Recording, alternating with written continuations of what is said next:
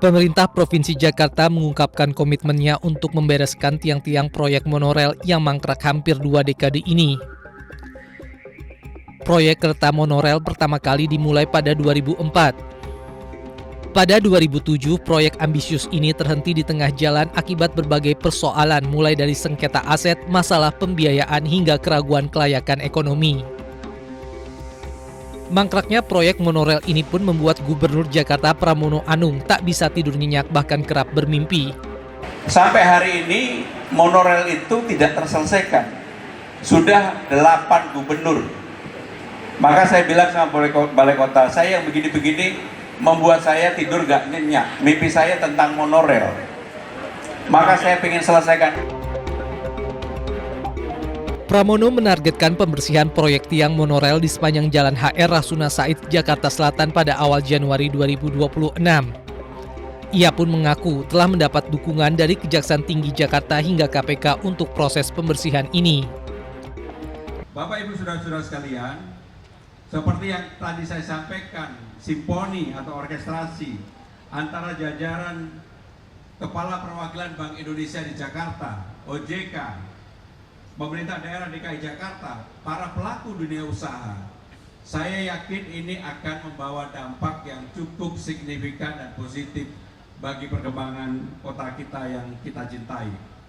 Bapak Ibu Saudara-saudara sekalian, seperti kita ketahui bersama, Jakarta sekarang tumbuh 5,18%, di atas pertumbuhan ekonomi nasional 5,12%. Tetapi yang saya senang adalah inflasinya juga sangat terjaga.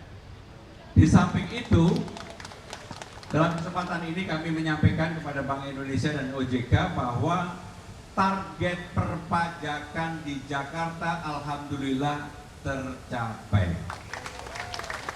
Dan ini berkat kerja bersama-sama, daily kami memonitor sehingga kami bisa mengetahui perkembangan yang ada. Bahkan investasi di triwulan pertama, Jakarta bisa mencatatkan investasi 140,8 triliun rupiah.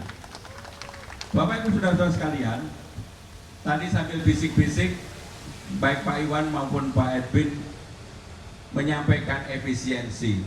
Acara ini pun seharusnya ada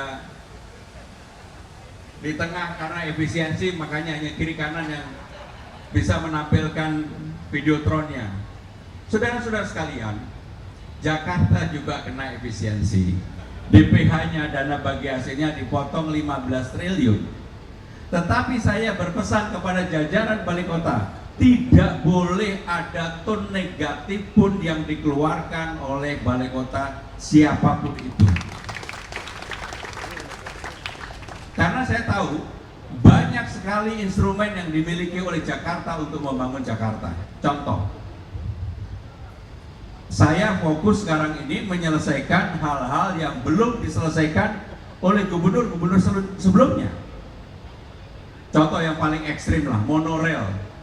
Dimulai tahun 2012, kemudian groundbreaking 2014. Sekarang sudah hampir 20 tahun. Bukan 14, 2002 dimulai, groundbreaking 2004. Kebetulan ketika groundbreaking yang melakukan Presiden Megawati, saya mendampingi di situ. Gubernurnya adalah Pak Sutioso pada waktu itu. Singkat cerita saudara-saudara sekalian, baru 6-7 tahun kemudian berhenti. Pemerintahan sudah berganti, pemerintahan berikutnya gubernurnya berganti dan sebagainya. Sampai hari ini monorel itu tidak terselesaikan. Sudah 8 gubernur. Maka saya bilang sama Balai Kota, saya yang begini-begini membuat saya tidur gak nyenyak. Mimpi saya tentang monorel. Maka saya ingin selesaikan. Alhamdulillah, atas dukungan aparat penegak hukum, terutama Kajati Jakarta, KPK, maka dua hal yang dulu begitu heboh, begitu memancing perdebatan di publik yang luar biasa. Yang pertama adalah monorel, yang kedua adalah rumah sakit sumber waras. Dua-duanya segera kita lakukan untuk perbaikan dan juga groundbreaking untuk rumah sakit sumber waras. Tapi dalam kesempatan ini saya juga mau minta maaf sama Pak Edwin. Lot 1 SCBD. Dulu udah potong kerbau. OJK mau bangun gedung di sana. Kerbaunya sudah hilang, nggak dibangun-bangun. Bank Jakarta datang, kami akan segera bangun Pak Edwin. Maka untuk itu saya izin Pak Edwin, mudah-mudahan nanti Bapak bisa menggunakan kantor itu memandang dari dekat. Saudara-saudara sekalian, bisa sendirian. Kemitraan menjadi kata kunci. Termasuk ketika saya sudah memutuskan untuk TOD Bundaran HI. Mudah-mudahan tahun depan antara Pullman, Mandarin, Grand Hyatt, Kempinski di bawahnya bisa dihubungkan, kemudian akan masuk ke MRT. Dan di sanalah akan ada pertumbuhan TOD ekonomi baru, termasuk di Duku Atas. Sehingga dengan demikian, yang seperti itu tidak dibangun dari anggaran pendapatan belanja daerah, tetapi dari kerjasama yang dilakukan secara partnership strategis dengan partner-partner pemerintah DKI Jakarta. Kenapa sekarang bisa, saudara-saudara sekalian? Yang paling utama adalah seperti tadi kata-kata simponi, kepercayaan. Orkestrasi itu kan kepercayaan. Dia main apa, kalau yang nggak percaya nggak akan bisa simponi atau orkestrasi itu berjalan dengan baik. Maka untuk membangun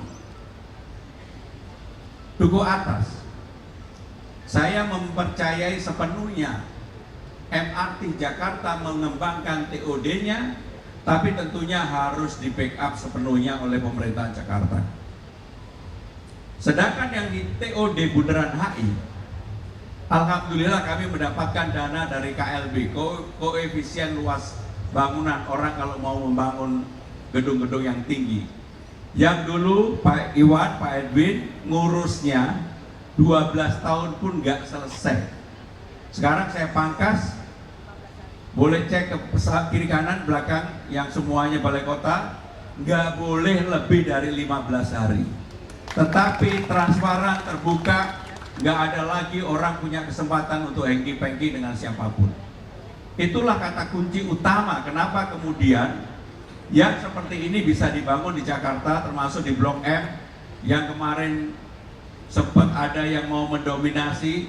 Saya datang sendiri, bahkan ketika acara pembukaan arsitektur Jakarta saya minta untuk diadakan di Blok M dan saya datang sendiri. Itulah yang ingin diberikan untuk membangun Jakarta. Yang terakhir dari saya, bagus sekali. Bahkan untuk kota global dunia, baru 7 bulan dalam pemerintahan saya, sekarang naik menjadi 71. 513 siswa nggak boleh dibutuhkan masyarakat yang belum beruntung di Jakarta.